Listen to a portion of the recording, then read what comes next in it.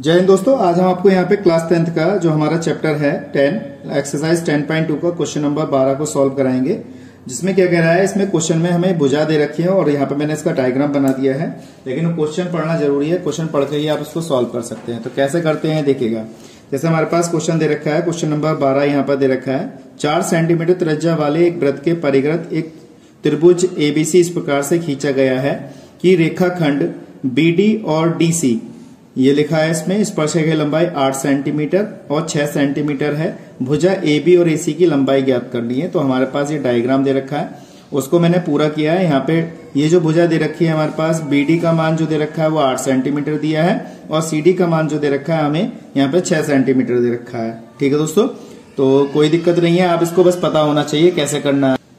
तो देखिए दोस्तों, ये हमारे पास यहाँ पर दे रखी है और मैंने क्या किया, इसको यहाँ तक पूरा बढ़ा दिया है, इसको यहाँ तक बढ़ा दिया और इसको यहाँ तक बढ़ा दिया। तो ये जो दे रखी है हमारी OD वो 4 सेंटीमीटर दे रखी है। तो इसको मैंने चित्र को कंप्लीट करके यहाँ पे आपको समझाने के लिए बनाया है। ठीक है दोस्तों, अगर चैनल पहली बार आए चैनल को सब्सक्राइब कीजिएगा, वीडियो को ज्यादा शेयर कीजिएगा और कमेंट करके जरूर बताइएगा। ठीक है दोस्तों, तो कैसे करते हैं देखिएगा। तो देखिए दोस्तों, ये हमारे पास यहाँ पे ट्रायंगल है। यहाँ पे देखिए 4-4 सेंटीमीटर दे रखी है और हमें यहाँ पे BD की जो मान दे रखा है वो 8 सेंटीमीटर दिया है, DC का मान जो है वो 6 सेंटीमीटर। तो ये वाली भुजा जैसे 8 सेंटीमीटर, तो ये वाली भुजा भी हमारे पास कितनी होगी, 8 सेंटीमीटर होगी। ये 6 सेंटीमीटर, तो ये भी 6 सेंटीमीटर होगी। तो मैंने क्या किया, इसको एक ट्रायंगल के रूप में इस तरीके से बढ़ा दिया आगे तक। और ऐसे ये, तो वो ये कह रहा है कि AB का मान और AC का मान ज्ञात कीजिए। तो यहाँ पे जो जो चीज हमें ज्ञात करनी है दे रखी है वो चीज वहां पे लिख लेते हैं। तो कैसे करते हैं देखिएगा, क्योंकि अच्छा प्रश्न है, पेपर में इस टाइप के प्रश्न आ सकते हैं, तो केयरफुली करिएगा। ठीक है, तो हमारे पास ये दिया हुआ है। उसके बाद अगर हम देखें जो जो चीज हमें दे रखी है वो चीज हमें यहाँ पे लिखनी है। तो हम सबसे पहले हम बात करें अगर यहाँ पे त्रिज्या की, तो OD का मान हमें दिया हुआ है। OD का मान कितना दे रखा है, देखिए दोस्तों, OD का मान हमें दे रखा है यहाँ पे 4 सेंटीमीटर। तो यहाँ पे लिखेंगे 4 सेंटीमीटर। ऐसे ही हमारे पास OE का मान भी दे रखा है, वो भी 4 सेंटीमीटर है। और OF का मान हमें दे रखा है कितना, 4 सेंटीमीटर। तो ये भी हमने यहाँ पे लिख दिया। तो जो जो चीज दे रखी है वो चीज हमने यहाँ पे लिख ली है। देखिए BD बराबर BF, यानी कि BF का मान भी हमारे पास कितना है, 8 सेंटीमीटर दे रखा है। इसी प्रकार से DC और EC का मान, यानी कि DC और EC का मान 6 सेंटीमीटर बराबर दे रखा है। इस तरीके से हमें निकालना है। तो अगर हम देखें तो सबसे पहले हमें क्या करना है, BC का मान निकालना है। तो BC का मान 8 + 6 करके निकल जाएगा। तो BC का मान हम कैसे निकालेंगे, यहाँ पे BD प्लस का DC, इस तरीके से निकालेंगे। तो BD का मान हमारे पास ये कितना है, 8 है और DC का मान हमारे पास 6 है। तो कितना आ गया, 14 सेंटीमीटर। ये हमारे पास BC का मान आ गया। तो BC का मान हमें यहाँ पे ज्ञात कर लिया। इसी तरीके से अगर हम देखें यहाँ पर, सबसे पहले आप BC का मान निकाल लिया, ऐसे निकालेंगे हम AB का मान। तो AB का मान हम कैसे देखें, AF का मान हमें नहीं पता था, इसको हमने X मान लिया है। तो यहाँ पे हम AB को क्या लिख सकते हैं, AF प्लस का BF, इस तरीके से लिख सकते हैं। तो AF का मान हमने X माना है और BF का मान हमें 8 दिया है। तो ये वाली भुजा हमारे पास इतने सेंटीमीटर आ गई। इसी प्रकार से अगर हम बात करें यहाँ पे AC के मान की, तो AC का मान भी हमें पता है। AC को हम लिख सकते हैं AE प्लस का EC, इस तरीके से लिखेंगे। इसका मान भी नहीं पता था तो उसको हमने X माना है और इसका मान 6 है तो इसको हमने 6 सेंटीमीटर इस तरीके से मान लिया। तो सारे जितने वैल्यू दे रखी थी हमने सबके मान यहाँ पे लिख लिए हैं। अब बात करते हैं यहाँ पे, क्योंकि हमारे पास ट्रायंगल है, त्रिभुज का परिमाप, अर्ध परिमाप हमें पता होना चाहिए। तो पहले हम निकाल रहे हैं त्रिभुज का अर्ध परिमाप। यहाँ लिखेंगे त्रिभुज ABC का अर्ध परिमाप। अर्ध परिमाप हम यहाँ पे ज्ञात करेंगे, आपको पता होना चाहिए। अर्ध परिमाप जो होता है इसको स्मॉल s से दर्शाते हैं।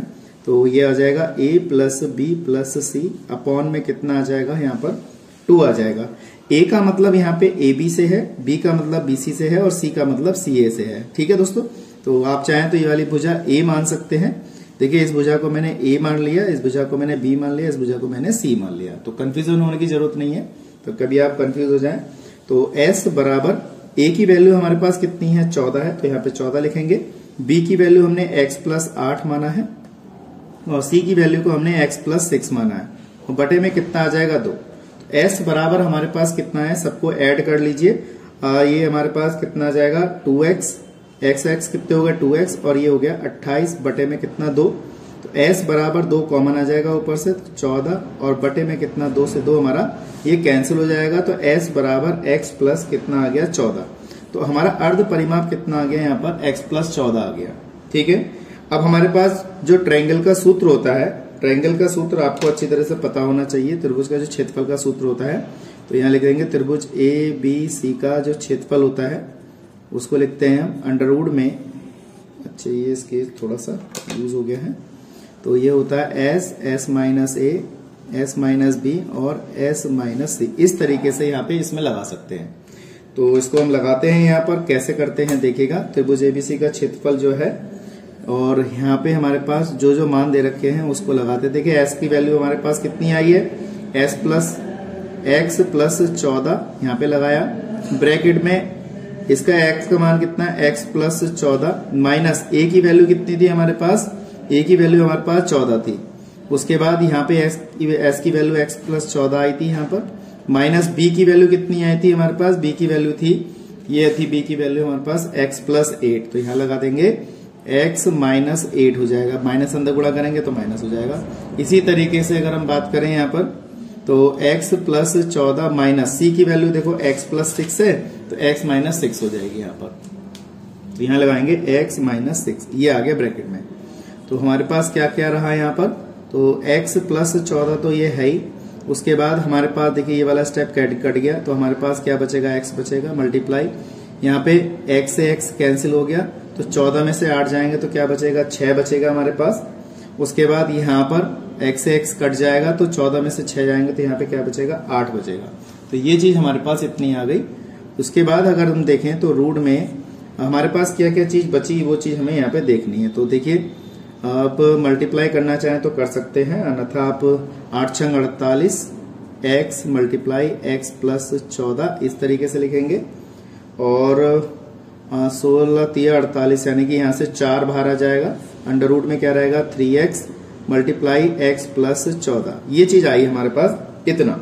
अगर आप चाहें तो अंदर मल्टीप्लाई भी कर सकते हैं, तो हमने इसकी इससे मल्टीप्लाई करी तो 3x स्क्वायर हो गया, ये हो जाएगा 14 42, तो 42x हो गया। इस तरीके से हमने ये क्षेत्रफल निकाला, और क्षेत्रफल निकालने के बाद हमने क्या करना है, अभी सॉल्व करना है, क्योंकि सबकी भुजा ज्ञात करनी है ना, इसलिए थोड़ा सा लंबा सवाल होने वाला है, लेकिन आपको केयरफुली करना है। जितना आप प्रैक्टिस कर लेंगे उतना आपको अच्छी तरह समझ में आ जाएगा। ठीक है दोस्तों, तो ये हमारे पास त्रिभुज ABC का क्षेत्रफल हमने ज्ञात कर लिया, इसकी हमें जरूरत पड़ेगी।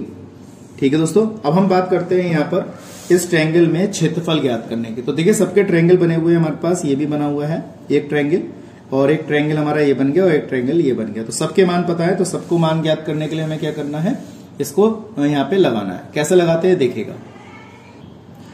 तो हमने यहाँ पे क्या किया, त्रिभुज ABC का क्षेत्रफल निकालेंगे जो हमें दे रखा है। यहाँ पे लिख लेंगे त्रिभुज AOB का क्षेत्रफल। ठीक है दोस्तों, उसके बाद हमारे पास AOB हमने कौन सा पकड़ा, ये ध्यान से समझिएगा। ठीक है, मैं यहाँ पे दिखाता हूँ, A, O और B, इस तरीके से ये वाला पकड़ लो और ये वाला पकड़ लो। तो यहाँ पे तीनों को जोड़ के जो हम क्षेत्रफल निकलेगा तो वो इस क्षेत्रफल के बराबर कर देंगे।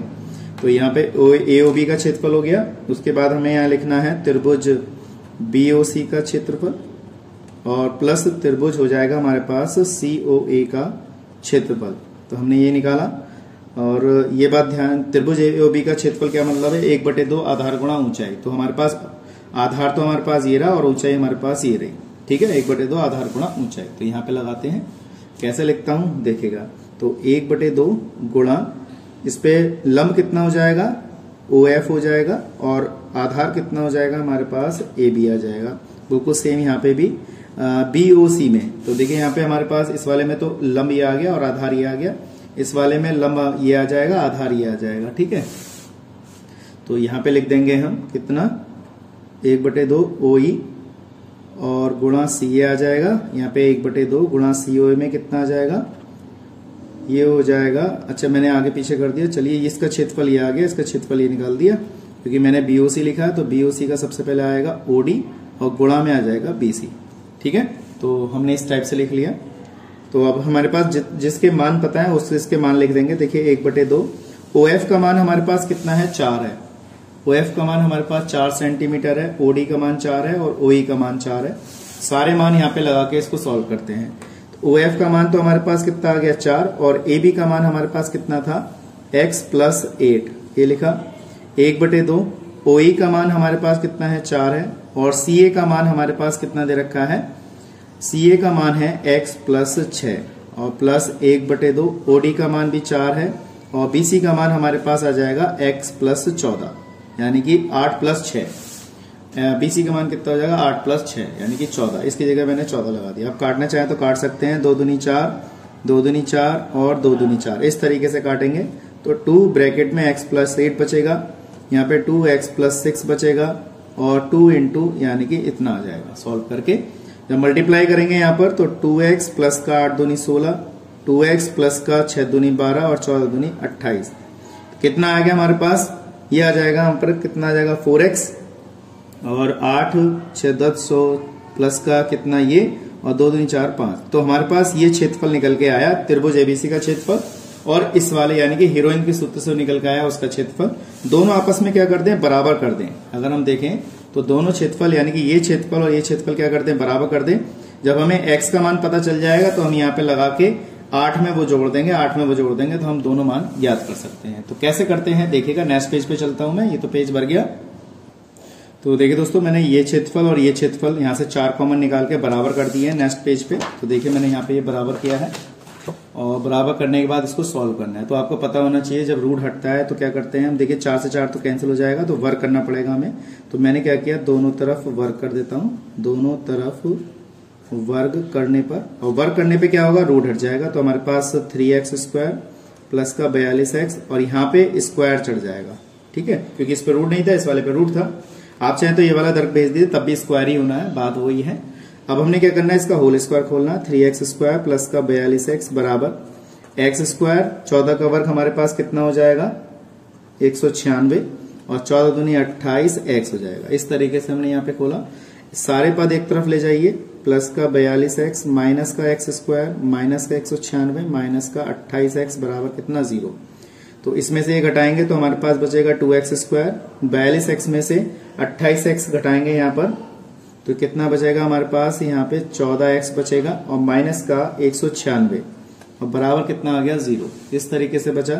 आप चाहें तो 2 कॉमन निकाल सकते हैं यहाँ से, ये आ जाएगा 7 दूनी 14 माइनस का ये आ जाएगा 98 और बराबर कितना 0। 2 को 0 में भेज देंगे, x² प्लस 7x माइनस के 98 बराबर 0। इस तरीके से मैंने वैल्यू याद करी और इसके हम क्या कर लेते हैं, फैक्टर कर लेते हैं। गुणा करने पे 98 और जोड़ने घटाने पे 7 आना चाहिए। तो x² 14 सत्ते 98 माइनस का 7x माइनस के 98 बराबर 0।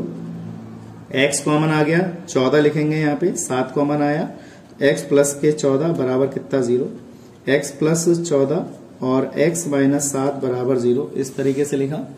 यदि x बराबर माइनस के 14 हो जाएगा और x बराबर कितना आ जाएगा 7, तो माइनस वाला तो वैलिड नहीं है, प्लस वाला हमारा वैलिड है, ये वाला, तो ये सही है। अगर हम देखें तो हमने जो चित्र में अगर मान देखे थे, हमने जो वैल्यू याद करी थी, मैं आपको चित्र दिखाता हूं। देखिए दोस्तों, ये हमें ए एफ का मान x माना था और ए ई का मान हमने x माना था। तो x की वैल्यू 7 और 7 आ गई। तो 8 में 7 जोड़ दीजिए और 6 में 7 जोड़ दीजिए, दोनों मान हम यहाँ पे ज्ञात कर सकते हैं। तो x की वैल्यू लगाते हैं और उसको हल करते हैं, देखिएगा।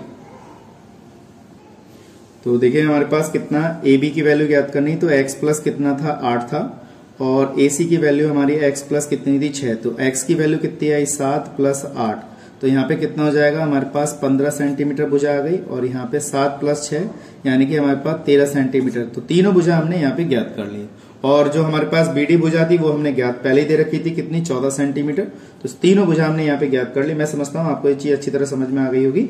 अगर किसी प्रकार की अगर समस्या है तो मुझे कमेंट में जरूर बताइएगा। ठीक है दोस्तों, तो आज के लिए इतना ही। नेक्स्ट वीडियो में मिलते हैं ऐसे इंटरेस्टिंग क्वेश्चनों के साथ। जय हिंद, जय भारत।